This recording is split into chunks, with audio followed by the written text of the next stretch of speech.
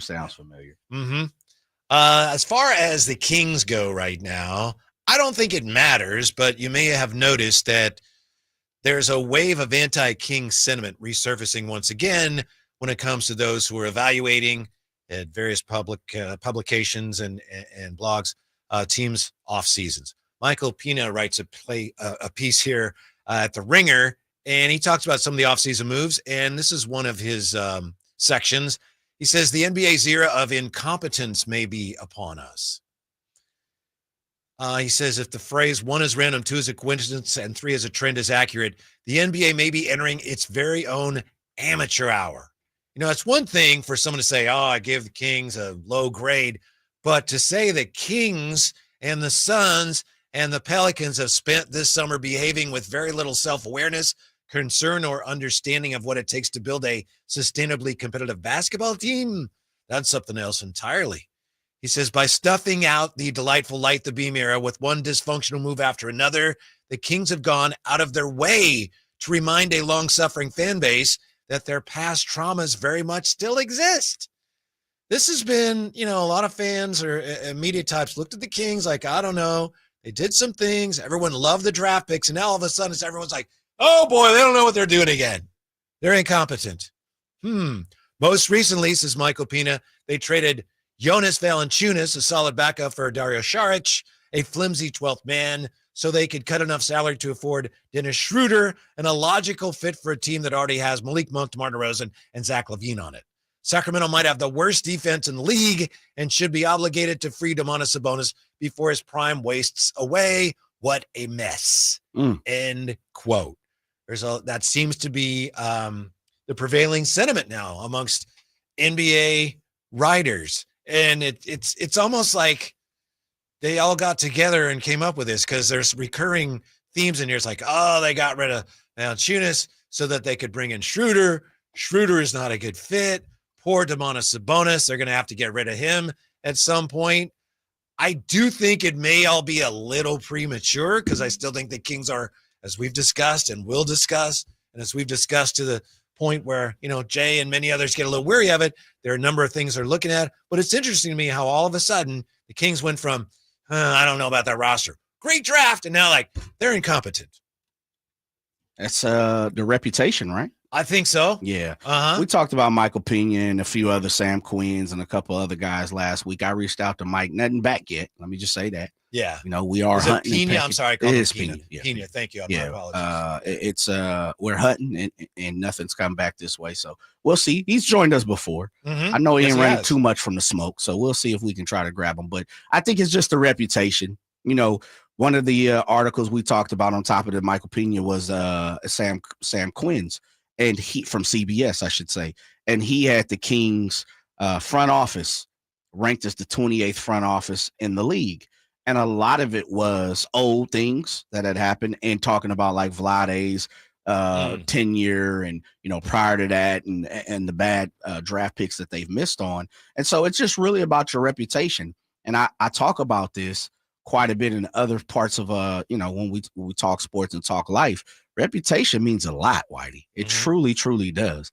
You know, check your background file, man. You don't really have to go far to check a person's skeletons in the closet. And when you talk about the Kings' reputation, we know it's not very honorable throughout the league, throughout NBA circles. We know it's from one tenure, which was late 90s, early 2000s, and a few years sprinkled in between there, you know, a few in the 80s, 96, you know, post Artest and Brad Miller, 05, 06. Like there's only a few Beam team. And so when you really look at your reputation, as scattered and sprinkled as it is, it doesn't surprise me to continuously hear that because it all comes back to this. We're not a destination of many NBA for NBA media. They don't come here on random Tuesdays and Wednesdays and Thursdays to watch a game.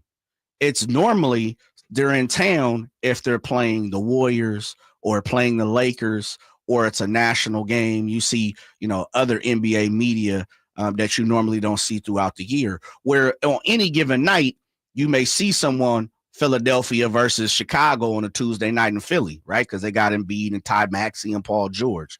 And so when it's really all said and done, part of it is lazy journalism. That's what I like to call it. Lazy media responsibility. You guys ain't even sliding this way to even get the good inside information and really get down to the nitty gritty. The second part of it is you're watching from a bird's eye view, and that's cool because again, the reputation is very bad for the Sacramento Kings. And the third part, which number 2 leans into it, is this: until you start to put together some wins and change the narrative, you're going to consistently get this. Yeah, it is. So it's not surprising. It's incumbent upon the organization and the team to change that kind of narrative. Keith Smith, we've had him on the show, and I think he's a very, not only is he a respectable source, but he's very even-keeled and he's fair. He was talking about the Kings withdrawing a 2-way qualifying offer for Isaiah Crawford. Mm-hmm. That made him an unrestricted free agent, and he signed a 2-way deal with Houston. Keith Smith said, I've learned for my own mental health to stop trying to figure out why Sacramento does a lot of the things they do. Yeah. And I think that's why a lot of people that cover the NBA at large are looking at the Kings right now and saying they don't know what they're doing because the moves they've made this offseason, maybe they work out, but it is hard to figure out, okay, what are they doing? They had a nice draft, but assuming they really do have interest in Westbrook, okay, they needed a point guard. They felt they needed a point guard. Domantas Sabonis said they needed a point guard, and you get Dennis Schroeder, and then you're going to get another aging point guard.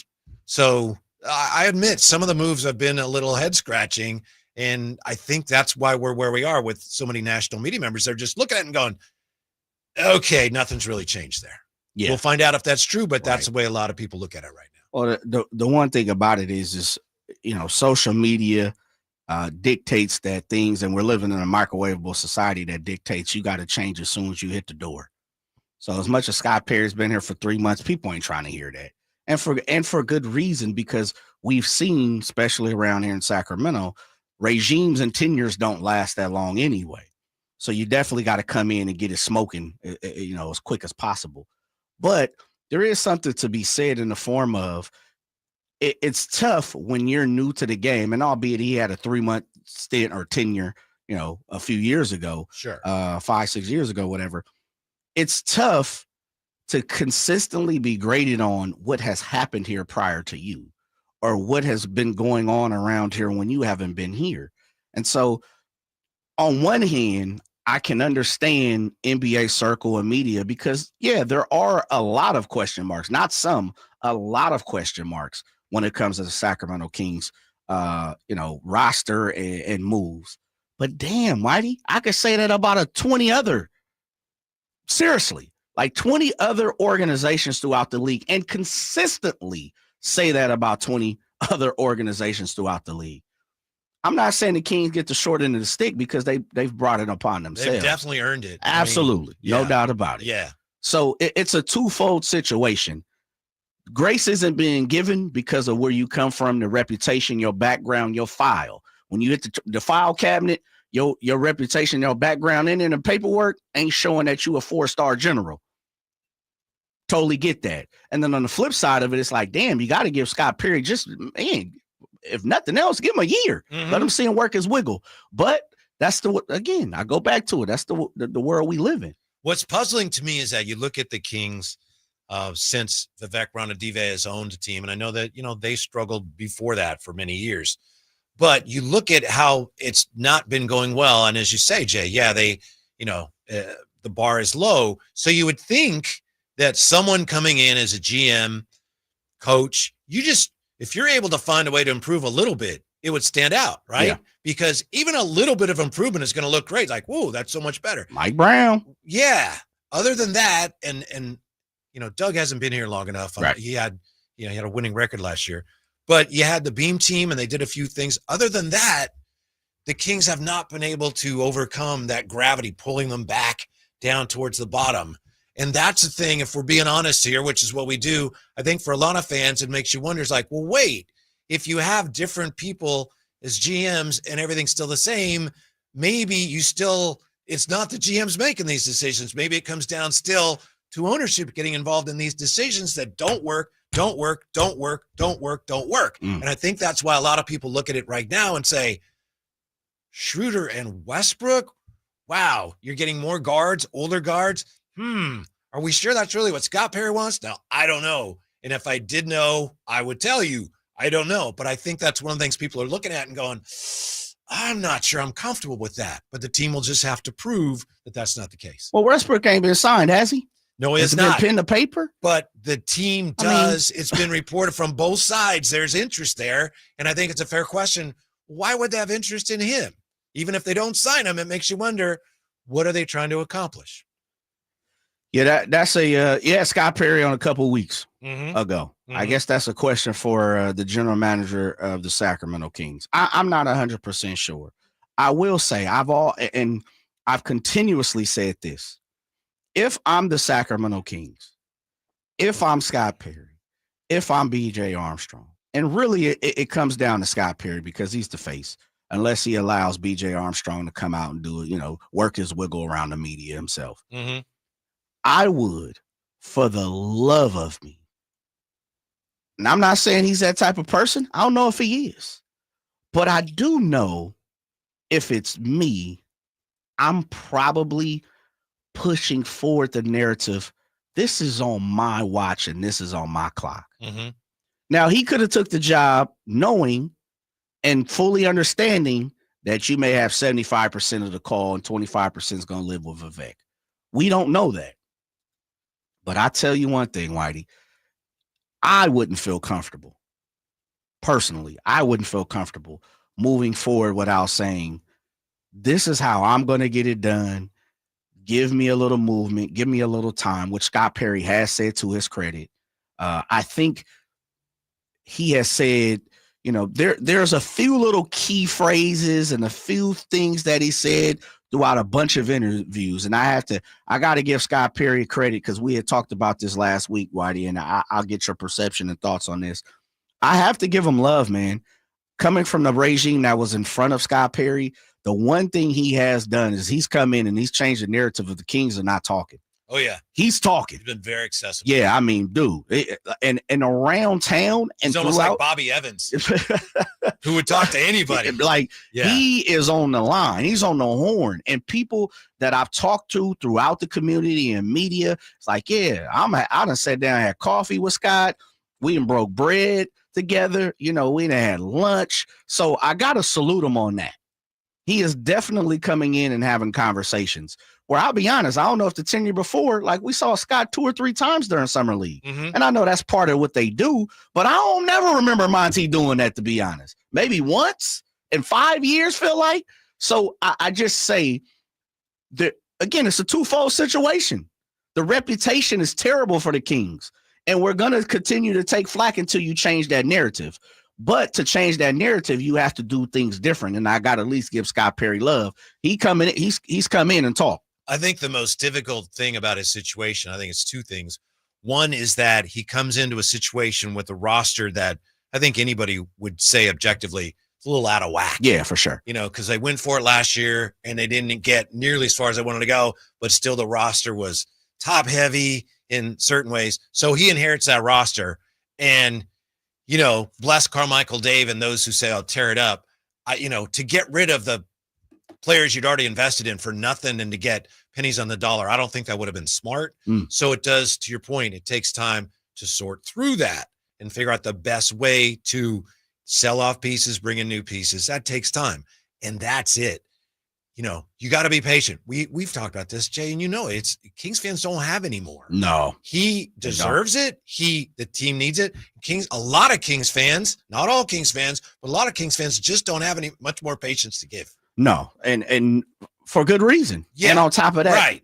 Money too. You're starting to hear that quite a bit. And I told this to Draper. I said, Whitey makes a great point because I can't remember it throughout my 40 years of being on this earth. Kings fans, how aggressive they are with the fact of letting us know, with letting people know, the community know, and the organization know, and hopefully the organization is listening, that they tired of standing for something that's not, sustainable. And kudos to the fans, kudos to the Kings Kingdom. That's what you're supposed to do. Absolutely. And that's what you're entitled to do when you're paying money. You better believe it. Yeah, absolutely. And so shouts out to, the fans that are continuously letting people know It's all good, fine and dandy. And I'll ask on the flip side of that, the fans who are, purple colored glasses wearing. You don't have to bicker, go back and forth, or pick a fight with the Kings fan who is saying, I'm just tired. I'm tired. I'm literally tired. I'm fatigued. Worn down. Worn out. We can all figure it out together. But I think for the greater good, we're all looking for a W. We're looking for the win. We're looking for something different. We're looking for sustained success. And so kudos to the fans who are coming out and saying, I expect better from here on out. Mm-hmm. That's why I think we talked about it. So many of us, and I'm certainly one of them, overreacted to Summer League because we were looking for something positive. And you have Scott Perry come in and draft 2 players that everyone liked to begin with. Even national media said those are 2 good picks, and they played well. It's like, wow, it might actually be working. So fans want that. So it's hard to be patient, but you give them something. Even that 2 guys, a first-round pick, got into the first round, drafted a guy that everyone likes. Fans are excited about that. They just want something to feel good about going forward. Yes, for sure. I think you're spot on. That's the Kuminga thing, because I still think they're working on that, and I think that's something that if they pull it off, that here's a young guy, what is he, 22? 22. With a lot of upside. Yeah. That would give you a sense of direction as a franchise. But right now, they're kind of in limbo, and I think it's reflected when people like, I know Deuce and Mo asked Scott Perry, and I think Kyle kind of asked him. He tried to couch it, but what about goals? How many wins next year? And, he's too good for that. He's not going to go there. He's smooth but talker. I think right now, part of it is like, we don't know if we're going to be this team or that team still. Yeah. Well, I think, meaning Scott Perry and his regime. Yeah. We're still working on this, but if we can't do that, we're going to be this. We're going that way. I can't answer that right now. I said this to Draper last week, and I ain't being a broken record because you weren't here, but I did say this. I think we're going to see a quick hook. I think Scott Perry, Doug Christie, BJ, I wouldn't be surprised, Whitey, if we see first 25, 30 games, if it's not operating the way they want it to, I wouldn't be surprised we see a few people, as they say, a few heads roll. I think it may be a quick hook time because I do think you can't repeat the same mistakes that we did last year and maybe the year before, which is hold on to the Chris Duartes and guys like that who aren't producing throughout the whole season and wait for them to come around when, I'm gonna need a little more action. And if not, I'm going to need a little more of my young guns to season themselves a little bit as we move forward. And so I expect to see a quick hook from the Kings. I'm not saying that's the best thing to do. Not saying it's the worst thing to do. It ain't my job to. But I wouldn't be surprised if within the first 30 games, let's just say this team is not, they're under 500 or they're not in the race or, it's close. I could see this team being scalped pretty quick. Yeah, I think next year, if you get off to a really bad start, hopefully they win every game. But if you get off to a bad start, the West being as tough as it is and the 2026 draft looking as promising as it does, if you get off to a bad start, you could make the case at that point, like, you know what? All right, we're cashing in our chips. That might be the smart move. Yeah. If, as you say, if it just doesn't work. If it's not By the way, I mentioned Russ, and I'm not clear on why they would want Russ, but a number of people here say they're excited about it. Vince Ramirez talks about the effort from Westbrook. Westbrook's not a bad option, always plays hard, which is respectable. Philip Cole says Westbrook will make them compete every game. And that is my understanding. I think that's one of the things that the Kings like about Russell Westbrook when you're trying to build a culture that is based on effort. There's very few players, if any, who have ever played harder than Russell Westbrook. Yeah, straight up. No doubt. One thing he's going to do, and Drapes talks about this, he's going to come into the locker room. He's going to come into the organization, and he's already going to bring credibility. He's going to bring attitude. He's going to bring in experience, the know-how, and fight, hustle, aggressiveness. He's a dog. He ups the ante immediately. You come in there half-stepping, like I'll give you an example. and I'm not picking on De'Aaron Fox, but I truly believe there were a couple times, and I'll go back to the Tyrese Halliburton rookie year. He had an ankle situation. I'm not here to say he didn't have an ankle situation, but I found it mighty funny that soon as Tyrese was twisted up, traded, hit the road, De'Aaron jumped right back. Very next game, it's all good. No doubt about it. Miracle cure. Hey, man, come on now, Mr. Miyagi. You know what I mean? But I say that in the form of, you have a Russell Westbrook in the building, you better believe behind closed doors that's getting chin checked. Mm-hmm. I believe that. Hey, man, get up off your ass. Don't let an OG out here outperform you. Like, those are the things, those are the conversations. We've been in locker rooms, Whitey. We know what it is. I know what it is to look over and see my brethren playing with a hurt knee, a hurt ankle, elbow. That sets the tone Come for on, everybody. Now. That's, if nothing else, Russell Westbrook is going to bring the attitude that I think Scott Perry, B.J. Armstrong, and I'll speak from experience, I believe Coach Doug Christie is looking for. Mm-hmm. And Bobby Jackson. Bobby talked about aggressiveness and the thoughts that he believed Doug Christie, you know, his plan and his plotting last on Friday. We had Bobby Jackson on. So if nothing else, the same thing they brought Jay Crowder in for last year. I think the same thing they brought JaVale McGee in 2 years ago. The one thing about Russ is we know it's there. Like, those guys, I think, do what they do best behind closed doors. To me, Russ is the type of dude, he'll talk to you on the floor on TNT. Mm-hmm. Hey, man, get it done. We'll come back.